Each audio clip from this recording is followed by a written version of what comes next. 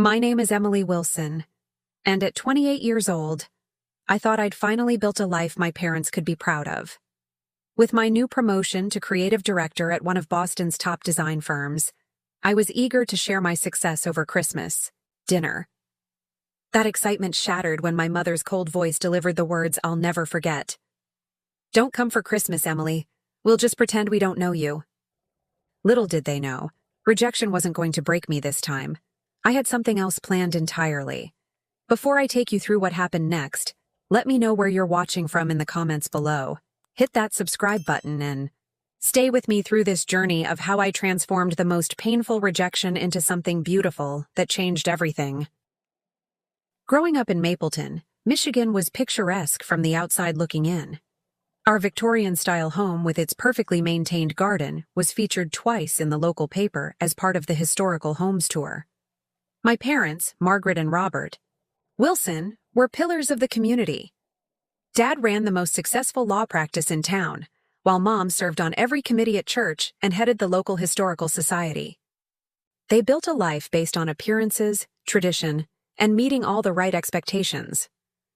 I learned early that their love came with conditions.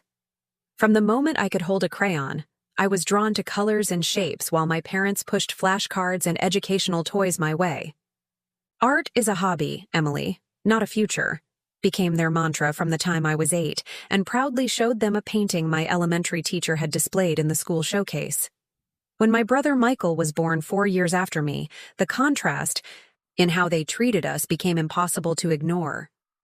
Michael was logical, methodical, and naturally inclined toward the subjects my parents valued. He played by their rules, joined the debate team in middle school, and declared his intention to follow in our father's footsteps by becoming an attorney.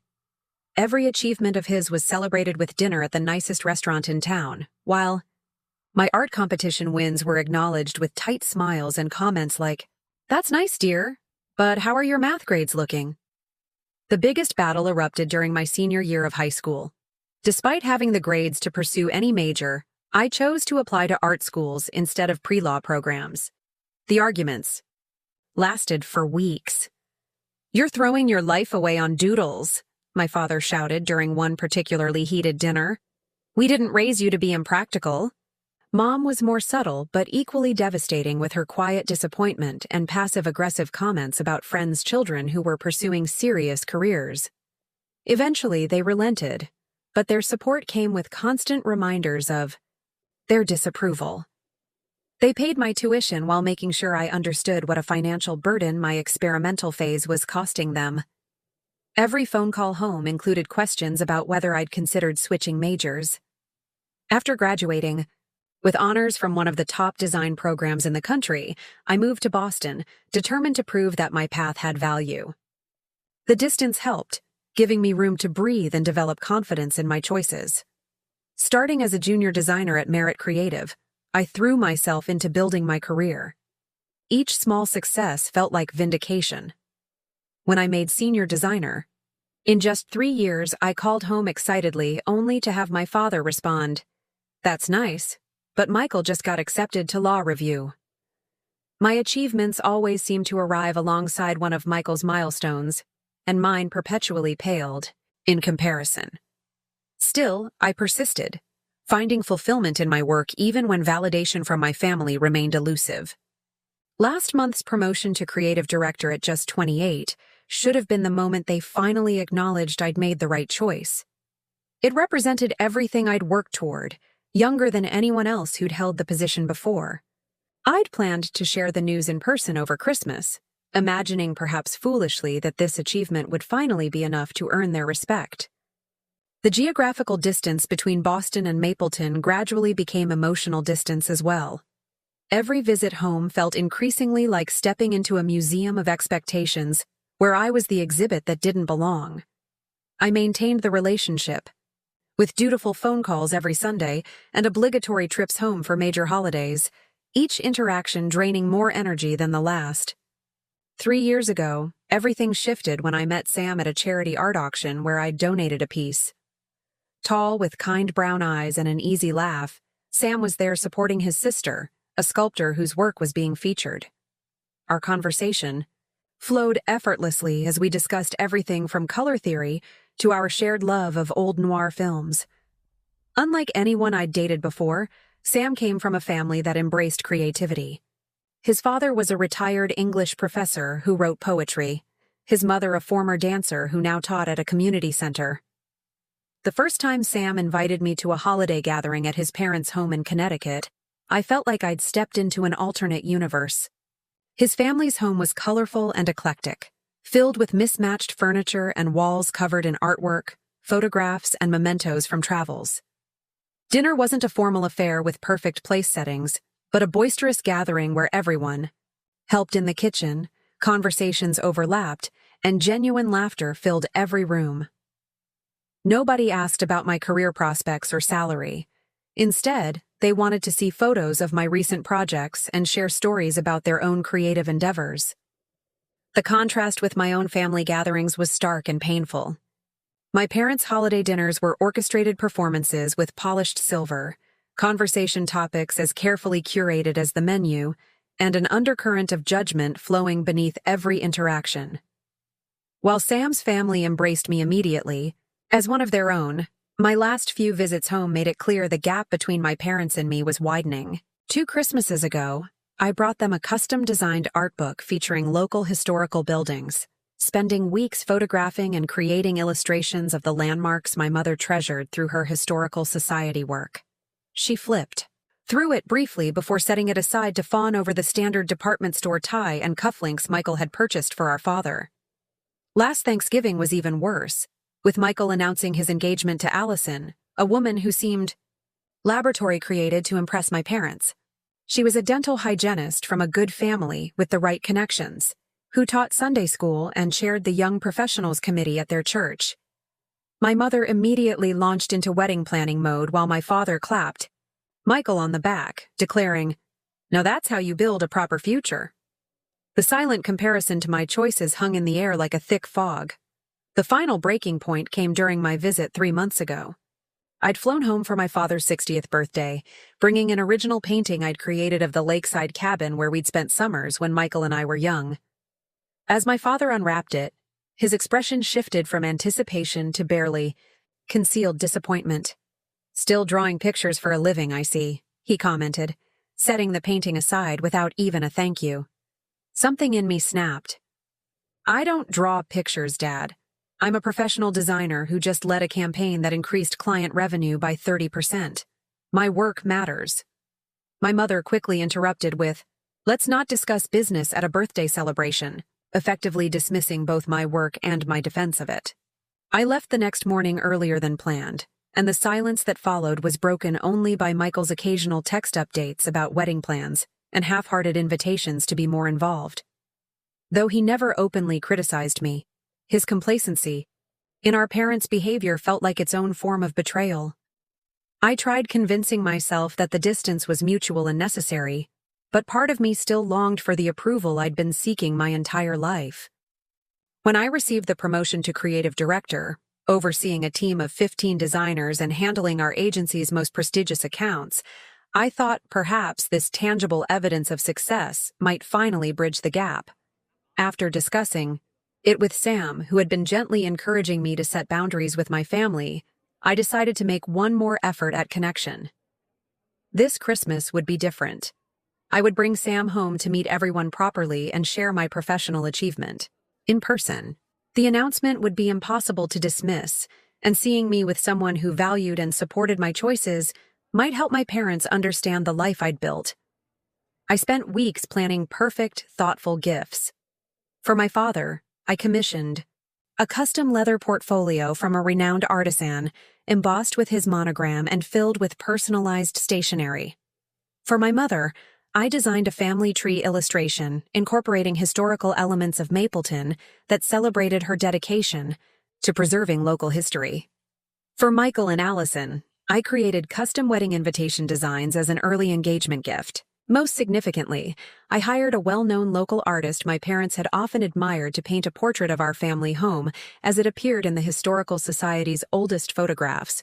I imagined their faces when they unwrapped it, finally seeing my creative connections as valuable. Sam and I arranged time off work, booked flights, and even reserved a rental car to avoid inconveniencing anyone. I rehearsed how I'd announce my promotion, practicing a tone that conveyed confidence without sounding boastful. 2 weeks before our planned trip, I called my mother to coordinate arrival times and sleeping arrangements. Her voice when she answered was already clipped and formal, lacking the forced enthusiasm she typically mustered for our conversations. "Mom, I'm calling about Christmas plans. Sam and I were thinking we'd arrive on the 23rd if that works for everyone." A lengthy pause followed before she responded. "About that, Emily. Your father and I have been talking, and we think it might be best if you didn't join us this year." The words didn't register at first. I thought I'd misheard her. "What do you mean? We already bought plane tickets." "Well, that was presumptuous, wasn't it? You should have checked with us first." Her tone had taken on that familiar, disapproving edge that could cut through my confidence like a razor. "But it's Christmas, and I have news to share. I was promoted to creative director last month." Rather than congratulations, her response was a dismissive sigh.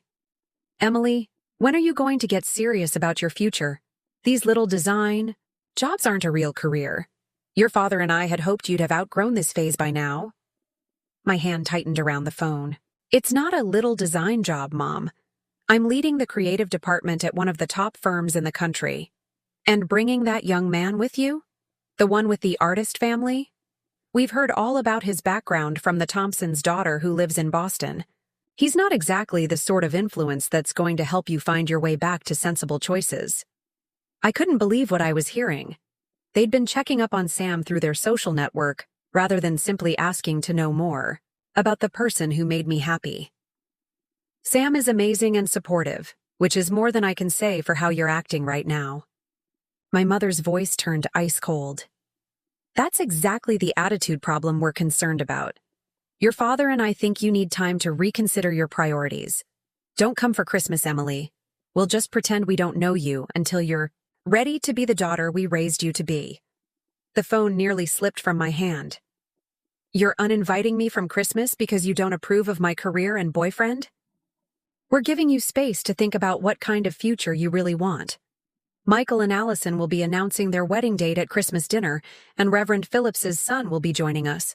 He's just finished medical school. That would be a more appropriate connection for you than this artistic crowd you've fallen in with." The implication was crystal clear. I wasn't welcome in my family home unless I changed everything about the life I'd built. "So that's it? I'm just cut off?" "The choice is yours, Emily.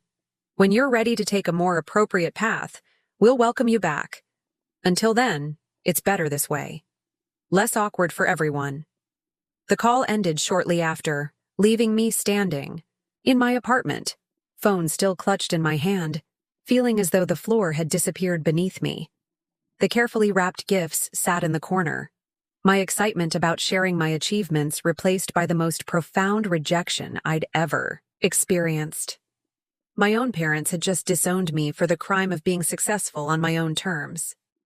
Sam found me an hour later sitting on the floor, surrounded by the Christmas gifts I'd so carefully selected, tears having long since dried on my face, leaving behind a hollow numbness. I'd been staring at the wall, replaying not just the conversation, but years of subtle and not-so-subtle messages that I'd never quite measured up. When I finally managed to explain what happened, Sam's expression shifted from concern to outrage. "They can't do this to you. This is emotional blackmail." His protective anger should have been comforting, but it only highlighted the painful reality that my own parents didn't feel that same instinct to protect me. "They just did," I whispered, my voice sounding strange and distant to my own ears. "And the worst part is, some small part of me isn't even surprised." That night began a spiral that threatened everything I'd built. Sleep became elusive, replaced by endless mental loops of every criticism, every disappointed look, every time I'd tried and failed to earn their approval. I questioned decisions I'd been confident about just days before. Was my career really valid? Was I fooling myself thinking I'd achieved something meaningful? The doubts crept into every corner of my mind. "Maybe if I'd just studied something practical alongside art," I told Sam one night as we lay awake at 3 in the morning. Or if I'd taken that corporate job offer instead of the creative boutique path. Maybe if I'd dated someone from my hometown. Sam pulled me close. Emily, listen to yourself. You're one of the most talented designers I know. Your clients rave about your work. You were promoted faster than anyone in your company's history.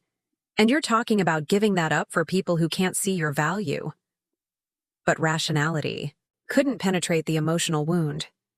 I'd spent 28 years trying to balance being true to myself while desperately seeking my parents' approval. Having to finally confront the impossibility of that equation left me questioning my own identity. The next day, I reluctantly shared what happened with my closest friend Jessie over coffee. Unlike Sam's measured response, Jessie's reaction was immediate and fierce. Those manipulative, controlling, small-minded, she began, before launching into a creative string of descriptions that would have impressed a sailor. Her protective fury momentarily cut through my fog. Who do they think they are? Queen and king of conventional town? This is emotional abuse. You know that, right? I nodded numbly, but the validation, while needed, couldn't heal the fundamental wound. I keep thinking if I just explain it better, if I show them more proof of my success, they'll finally understand. Jessie reached across the table and squeezed my hand. Honey, they don't want to understand. They want to control. There's a difference. Work became both a refuge and a challenge. The promotion I'd been so proud of now came with responsibilities I struggled to focus on. I found myself staring blankly at design briefs, second-guessing concepts I would have confidently presented a week earlier, and zoning out during team meetings. My creative director predecessor had warned me about imposter syndrome, but this was something deeper, an identity crisis triggered by the ultimate rejection from the people whose acceptance I'd craved my entire life. Nights were the worst. When Sam fell asleep, I'd lie awake cataloging all my perceived failures and shortcomings through my parents' eyes. I'd mentally redesign my life along the path they'd wanted, imagining the parallel universe where I was a lawyer engaged to a doctor, living in a suburb near my hometown, attending the right social functions, and receiving my parents' approval. But even in these fantasies, I couldn't imagine being happy. The third sleepless night after the call, around 4 a.m, a realization slowly crystallized as I watched snow falling gently outside our bedroom window. My parents were still controlling me, even from hundreds of miles away, even after explicitly rejecting me. They were still dictating my emotions, my self-worth, my ability to function. And I was letting them, just like I always had. Something shifted in that moment. Not a dramatic epiphany with triumphant background music like in the movies, but a quiet, stubborn determination taking root. They had made their choice, drawing a line in the sand. Perhaps it was finally time for me to make mine. The following Tuesday, I sat in my therapist Dr. Chen's office, having called for an emergency session after barely making it through another workday in a fog of anxiety and hurt. The warm, minimalist space had been a sanctuary for the past year. As I'd begun working through my family dynamics after Sam gently suggested therapy might help with what he called my achievement approval complex, Dr. Chen listened intently as I recounted the phone call and its aftermath, her expression compassionate but unsurprised. Emily, we've talked before about your parents' conditional love pattern. This escalation, while painful, fits their established behavior. She leaned forward slightly. What's different is that they've made explicit what was previously implicit. Their love and acceptance come with terms and conditions. My throat tightened. But cutting me off completely over Christmas, that's beyond just having high expectations. It's a power move, Dr. Chen said simply. Your independence and success threaten their sense of control. They're escalating because their usual tactics of disapproval aren't working anymore. You're thriving despite not following their blueprint. She guided me through examining the pattern that had defined my relationship with my parents. Their approval as the carrot perpetually dangled but never quite reached. Their disapproval, the stick, that had driven so many of my decisions. Consider this, she suggested toward the end of our session. What would it look like to stop running the race they've set up? To decide that their approval is simply not a prize you're competing for anymore? The question lingered as I left her office and walked through the light snow covering Boston Common. For the first time, I truly contemplated the possibility of releasing the desperate need for their validation that had shaped nearly every decision in my life. What would that freedom feel like? That evening, Sam and I sat on our couch with mugs of hot chocolate, Christmas lights twinkling on our modest tree in the corner, the scene a poignant contrast to the holiday rejection still raw in my mind. "I've been thinking," I said slowly, cradling the warm mug between my hands. "Maybe this is actually an opportunity." Sam raised an eyebrow, the hint of a smile playing at the corner of his mouth. "I'm listening.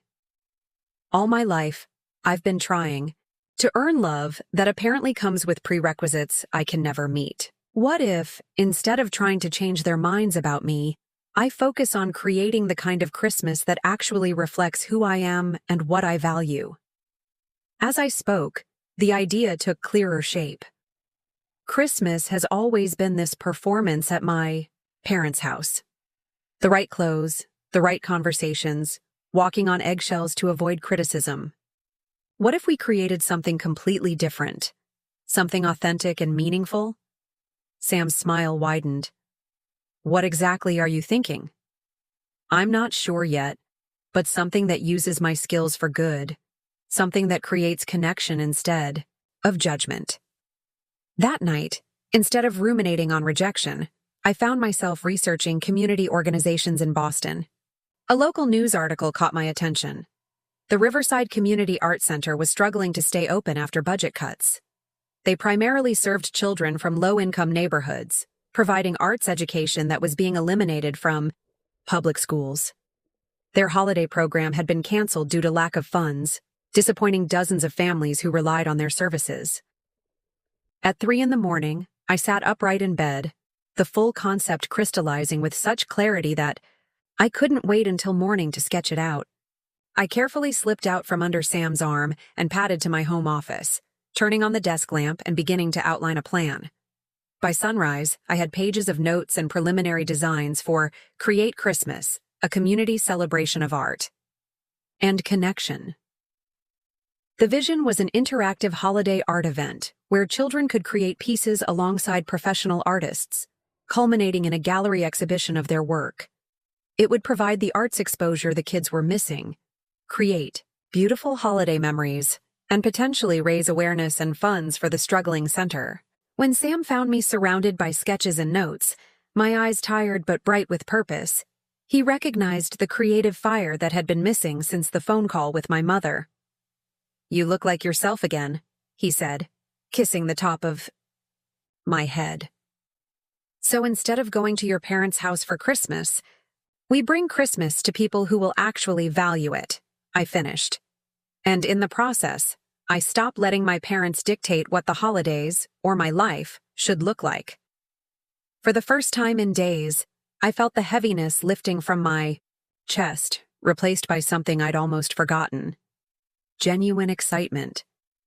This wasn't about spite or revenge.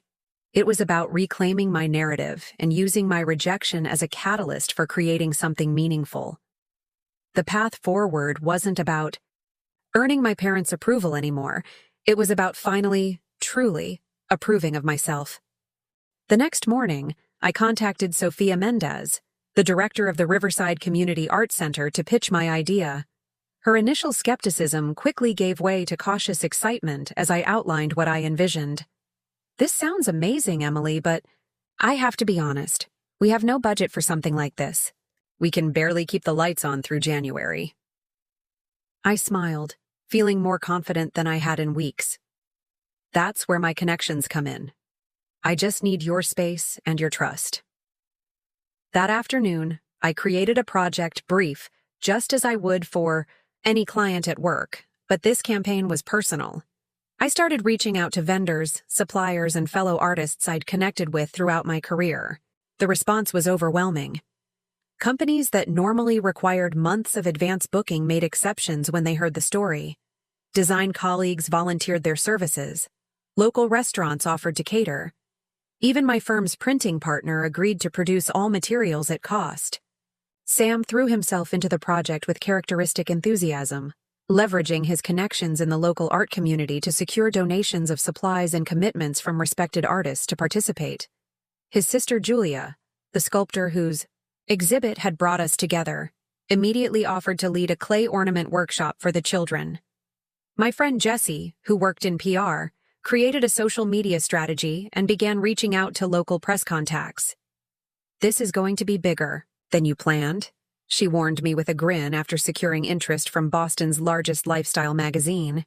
"Are you ready for that?" The question gave me pause. Originally, I'd envisioned an intimate community event, but it was clearly evolving into something more significant. Did I want this to become public enough that my parents might hear about it? After brief consideration, I realized that visibility was actually aligned with my goal of reclaiming my narrative. "Let it grow," I told Jessie. "This isn't about hiding. It's about creating something meaningful on my own terms." As momentum built, I realized I needed to contact Michael. Despite his complicity in our parents' behavior, he was still my brother, and he deserved to hear from me directly before potentially learning about my alternative Christmas plans through family channels. Our phone conversation was awkward and strained. "Em, what's going on? Mom said you decided not to come home for Christmas because you're too busy with work." The missing pieces in her story weren't surprising, but they still stung. "That's not what happened, Michael. Mom told me not to come. She explicitly uninvited me because she doesn't approve of my career or my relationship with Sam."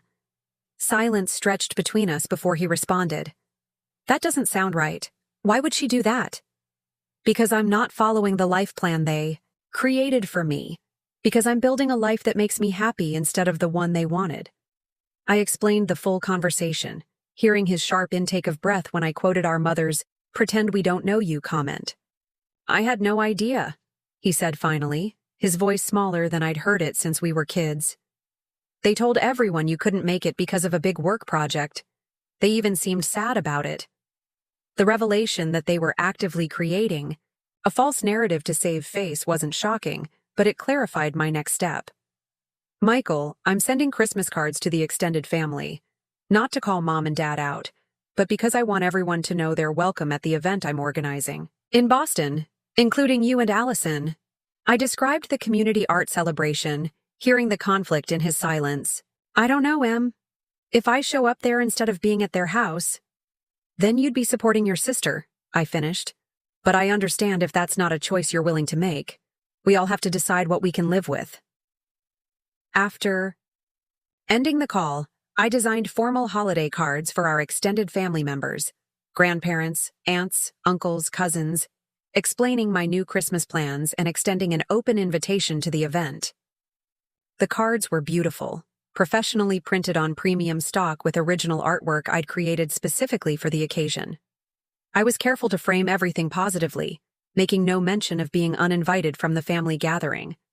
Instead, I focused on the joy of creating a meaningful holiday experience for children who might otherwise go without. As the event gained traction, the inevitable happened. My parents caught wind of it. Apparently, multiple relatives had called asking about the wonderful community event I was organizing, wondering why my parents hadn't mentioned it. My father's voicemail was terse. "Emily, what exactly are you telling people about Christmas? Call us immediately." I didn't. Instead, I focused on finalizing details for an event that had grown far beyond my initial vision. With less than 2 weeks until Christmas, every day brought new developments and challenges, but also a growing sense of purpose that had been missing from previous holidays. For the first time, Christmas wasn't about performing adequacy for my parents. It was about creating something authentic that reflected my actual values. Just as everything seemed to be falling into place, our first major crisis hit. 5 days before the event, Sophia called in a panic. "The building inspector just came through. They're citing code violations we can't possibly fix before your event. We need sprinkler system updates that would take weeks and thousands of dollars we don't have." My stomach dropped. All our planning, all the momentum we'd built, derailed by infrastructure issues we couldn't have anticipated. After the initial Shock wore off. I began calling every venue I could think of, but with Christmas just days away, finding an available space large enough seemed impossible. Desperate, I approached my boss Claire the next morning, initially just seeking advice. To my surprise, she offered an unexpected solution. "Use our space," she said, gesturing to Merit Creative's open concept office with its gallery-like white walls and polished concrete floors. "We're closed from the 23rd through the 27th anyway. It's actually perfect for what you're describing." Her generosity left me momentarily speechless. "Are you sure? This is a personal project, not company business." Claire smiled. "Emily, what you're doing embodies everything our agency values about creative community engagement. In fact," she added, tapping her pen thoughtfully against her desk, "I'd like to offer more than just the space. Let's make Merit an official sponsor. We'll cover the remaining costs and have our social team document the event." This is exactly the kind of community initiative we should be supporting. With the venue crisis resolved, I was riding high until Jesse called with news that shifted the scope again. The Boston Herald wants to do a feature story on the event. They're interested in the creative professionals giving back angle, especially during the holidays. My hesitation must have been audible because she quickly added, "This could be huge for the community center, Em. The kind of publicity that translates to donations and ongoing support." She was right, of course. This had always been about more than my personal holiday plans. It was about creating something meaningful for the community center and the children it served. Still, the increased visibility brought anxiety about my parents potentially seeing the coverage. After discussing it with Sam and Dr. Chen, I made the decision to embrace the publicity. "If they see it, they see it," I told Sam that evening. "I'm done hiding or diminishing my work to make them comfortable." The next complication arrived in the form of a call from Michael. "Mom and Dad are freaking out," he said without preamble. "Aunt Linda and Uncle Bob told them they're skipping the family dinner to attend your art event. Then Grandma Ruth called to say the same thing. Dad's telling everyone you're trying to deliberately sabotage their Christmas." The accusation was so backward, it would have been laughable if it weren't so painful. "I invited family to an event I'm organizing because I'm not welcome at the family dinner. How exactly is that sabotage?" Michael sighed.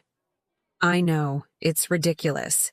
But they've convinced themselves you're doing this to spite them. Mom tried calling you again." "To apologize for uninviting me?" The silence answered my question. "That's what I thought. She wants to criticize my choice to do something positive with my rejection, not to withdraw the rejection itself." After hanging up, I checked my phone to find 3 missed calls from my mother and a text that read, "Your behavior is causing a family rift. Call immediately." I set the phone aside without responding, focusing instead on final preparations. For the event, I was done engaging with their manipulation tactics. The following evening, as Sam and I finalized the layout for the children's gallery display, my phone rang with a number I didn't recognize. "Hello? Emily, this is Grandma, Ruth." My father's mother's warm, slightly raspy voice was instantly recognizable despite our infrequent contact. At 82, she rarely left Michigan anymore, making her call even more surprising. "I hope you don't mind me calling. Michael gave me your number." "Of course not," I said, genuinely pleased to hear from her. "I was sorry to hear you won't be at the family Christmas," she continued, "although I understand why more than you might realize." Her words caught me off guard. "What do you mean? Your father didn't tell you much about my relationship with your grandfather, did he?" When I confirmed he hadn't, she sighed. "History repeats itself, child. Your grandfather had very specific ideas about what made a proper life. When your father chose law, he was following the path laid out for him. I chose differently and paid a price for it. I'd never heard this family history before." "What choice did you make, Grandma?" "I wanted to be a photographer, had some talent too, but creative pursuits weren't considered appropriate for a doctor's daughter in my day." The parallel to my own situation was striking. "What happened?" "I gave it up to keep the peace, became the wife and mother I was expected to be. I don't regret my family, but I do regret surrendering my passion so easily." Her voice strengthened. "That's why I'll be at your event, not their dinner. Some of us need to break the cycle, Emily." After we hung up, I sat in stunned silence, processing this new context for my family's dynamics. The rejection I'd experienced wasn't just about me. It was part of a generational pattern, one that Grandma Ruth was acknowledging and, in her own way at 82 years old, finally resisting. Her support meant more than she could possibly know, adding another layer of purpose to what we were creating. That night, my phone lit up with a text from an unknown number, which turned out to be from Allison, my brother's fiancée. "Michael showed me your Christmas card. The event sounds wonderful. We both wish we could be there." It wasn't explicit support, but the message conveyed what she couldn't directly say, that she recognized the injustice of the situation. These small connections with family members who saw through my parents' narrative provided unexpected comfort as we entered the final days of preparation. December 23rd arrived with swirling snow that blanketed Boston in picture-perfect holiday scenery. I'd barely slept, running through mental checklists and contingency plans until Sam had gently insisted I at least try to rest. By 7 that morning, we were at the Merit Creative Office, transforming the sleek professional space into a winter wonderland of creativity. Volunteers from the community center arrived with Sophia, helping us set up activity stations, a refreshment area, and the gallery space where children's finished artwork would be displayed. By 9:30, everything was ready. Easels with fresh canvases, clay modeling stations, collage materials in festive colors, and a digital design area where kids could create art using professional software. The professional artists we'd recruited were setting up their demonstrations, and the caterers were arranging beautiful holiday treats. When the doors opened at 10, I held my breath, irrationally afraid no one would come. My fear proved unfounded. As families began streaming in, first a trickle, then a steady flow that filled the space with excited voices and laughter.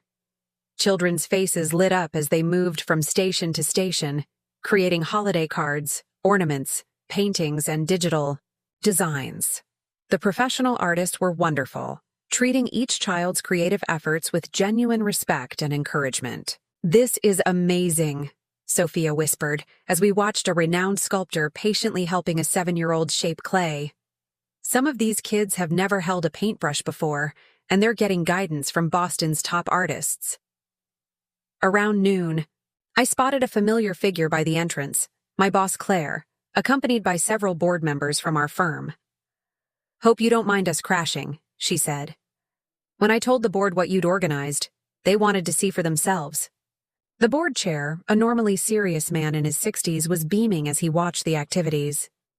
"This is exactly the kind of community engagement we want Merit to be known for. Exceptional work, Emily." His praise was gratifying, but even more meaningful was seeing my professional colleagues witnessing a different side of my capabilities. Throughout the afternoon, I kept one eye on the door, wondering if any family members would actually show up. Around 2 o'clock, my question was answered when Aunt Linda and Uncle Bob arrived, followed shortly by 2 cousins with their children. Their warm hugs and genuine interest in the event contrasted sharply with my parents' rejection. "This is wonderful, Emily," Aunt Linda said, looking around with obvious admiration. "Such a creative way to celebrate the season." The most emotional moment came when I spotted Grandma Ruth being helped through the door by my father's younger brother, Uncle James. At 82, she had traveled all the way from Michigan, choosing my event over my parents' dinner. When she hugged me, she whispered, "I'm exactly where I should be, sweetheart." The local news crew arrived at 3, filming the children's activities and interviewing Sophia about the community center's mission.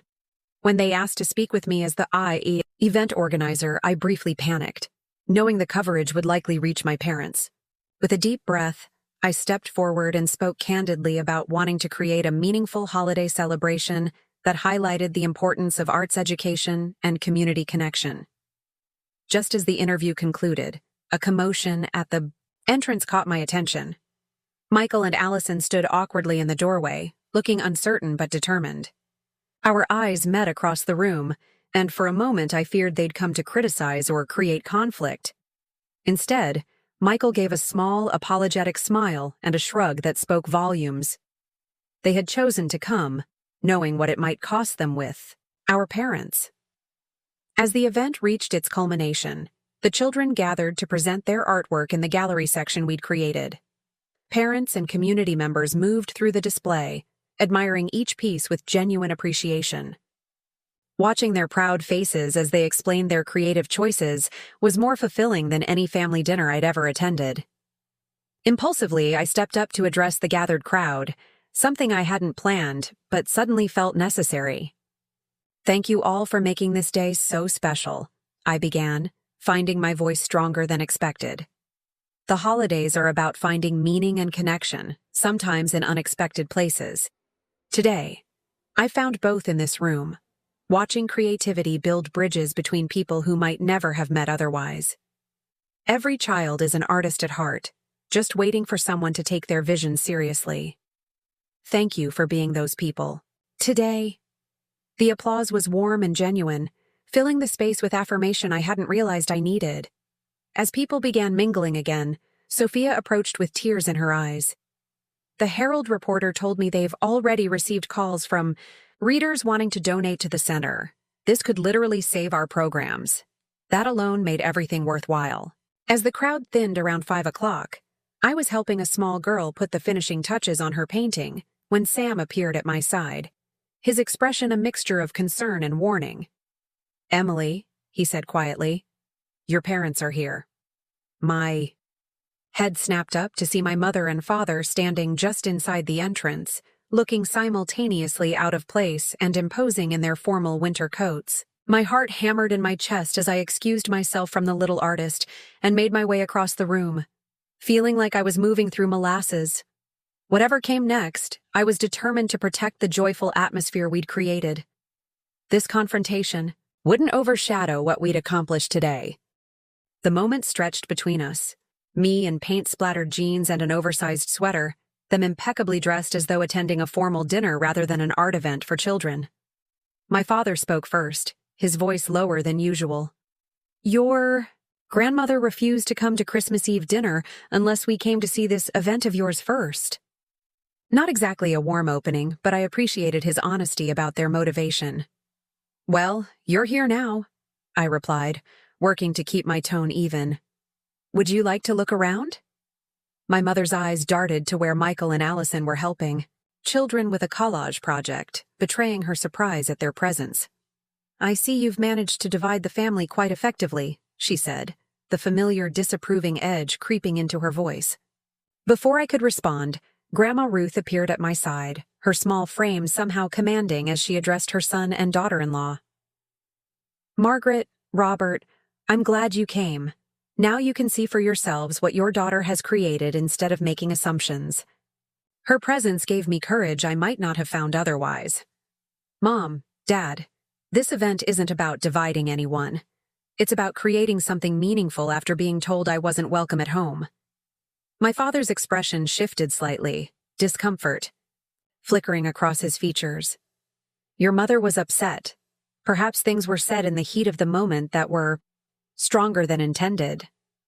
It wasn't an apology, but it was the closest thing to an acknowledgement I'd ever received from him that they might have been wrong. "Would you like to see what we've done here?" I offered, deciding to focus on the present rather than relitigating the painful phone call. Surprisingly, they agreed to a tour. As we moved through the space, I explained each station and introduced them to Sophia, who spoke eloquently about how the event was already generating much-needed support for the community center. I watched my father's expression as Sophia mentioned the Boston Herald coverage and the corporate sponsorships we'd secured. Despite himself, I could see his grudging recognition that I'd accomplished something significant. "Your company supported this?" he asked, noticing the Merit Creative logo on some of the materials. "My boss offered our space and became our primary sponsor when she saw what we were creating," I explained. "She brought our board members today. They were impressed." This detail seemed to register with him in a way that my personal achievement hadn't. Meanwhile, my mother had stopped to watch a young girl proudly showing her grandmother the painting she'd created. Something in the interaction seemed to touch her, softening her rigid posture slightly. As we completed our circuit of the room, Grandma Ruth excused herself to rest in a chair near the refreshments, leaving the three of us in an awkward triangle of unresolved tension. The children seemed to be enjoying themselves, my mother finally offered, the closest thing to a compliment. I was likely to get. That's the whole point, I replied. Creating joy and meaning, not just following traditions because they're expected. My father cleared his throat. Your grandmother tells me she wanted to be a photographer. Did you know that? I shook my head. She only told me recently. She said she gave it up because it wasn't considered appropriate. I never knew that about my own mother, he said quietly. And for a brief moment, I glimpsed the weight of generational patterns that had shaped all of us, after they left, to attend their Christmas Eve dinner without Grandma Ruth, who insisted on staying for the remainder of my event. I felt strangely peaceful. There had been no dramatic reconciliation, no tearful apologies or profound acceptance of my choices. But something had shifted, however slightly. They had seen me in my element, creating something meaningful through the very talents and choices they had dismissed. Whether that would change anything long-term remained to be seen. As the event wound down, volunteers helped clean up while children left clutching their artwork and parents expressed heartfelt gratitude. Michael and Allison approached me as Sam and I were packing up the last of the supplies. What you did here was incredible, Em, Michael said, genuine admiration in his voice. I should have stood up for you more over the years. We both should have, Allison added, surprising me with her candor. Your parents' version of events never quite rang true. Their acknowledgement meant more than I could express in that moment. The healing process wouldn't happen overnight, but small steps toward authenticity felt like the right direction. That evening, a small group gathered at our apartment. Sam, Grandma Ruth, Sophia, Jessie, and a few close friends who had helped make the event possible. We shared takeout Chinese food, drank mulled wine, and celebrated what we'd accomplished. The community center received over $15,000 in donations today, Sophia announced, tears welling in her eyes. And 3 local businesses have offered ongoing sponsorships. You didn't just give us a beautiful event, Emily. You might have saved our programs. As conversation flowed around me, I found myself reflecting on the journey from that devastating phone call to this moment of genuine connection and purpose. The rejection that had initially broken me had ultimately freed me from the impossible quest for approval I'd been pursuing my entire life. You okay? Sam asked quietly, noticing my momentary abstraction from the festivities. Yeah, I said, smiling at the people gathered in our home. I think I finally understand that I can't control whether my parents ever truly accept my choices, but I can decide what kind of life I want to create and who I want in it. Grandma Ruth raised her glass in a toast. To finding your own path, even when it isn't the one others have mapped out for you. Sometimes the journey you choose for yourself leads to exactly where you're meant to be. As we clinked glasses, I realized this Christmas had given me something no family dinner ever had. The freedom to define success, family, and belonging on my own terms. The art celebration wasn't a one-time event, but the beginning of an annual tradition. One built around creativity, inclusion, and genuine connection rather than obligation and judgment. In letting go of what I couldn't change, my parents' approval, I'd found something more valuable, self-acceptance, and the courage to create meaning exactly where I was. Have you ever had to create your own traditions when the old ones no longer served you? I'd love to hear your stories in the comments below. If this journey resonated with you, please like, subscribe, and share with someone who might need to hear that sometimes the family we choose can be as meaningful as the one we're born into. Thank you for being part of my story today, and may your own holidays be filled with authentic connection, however and wherever you find it.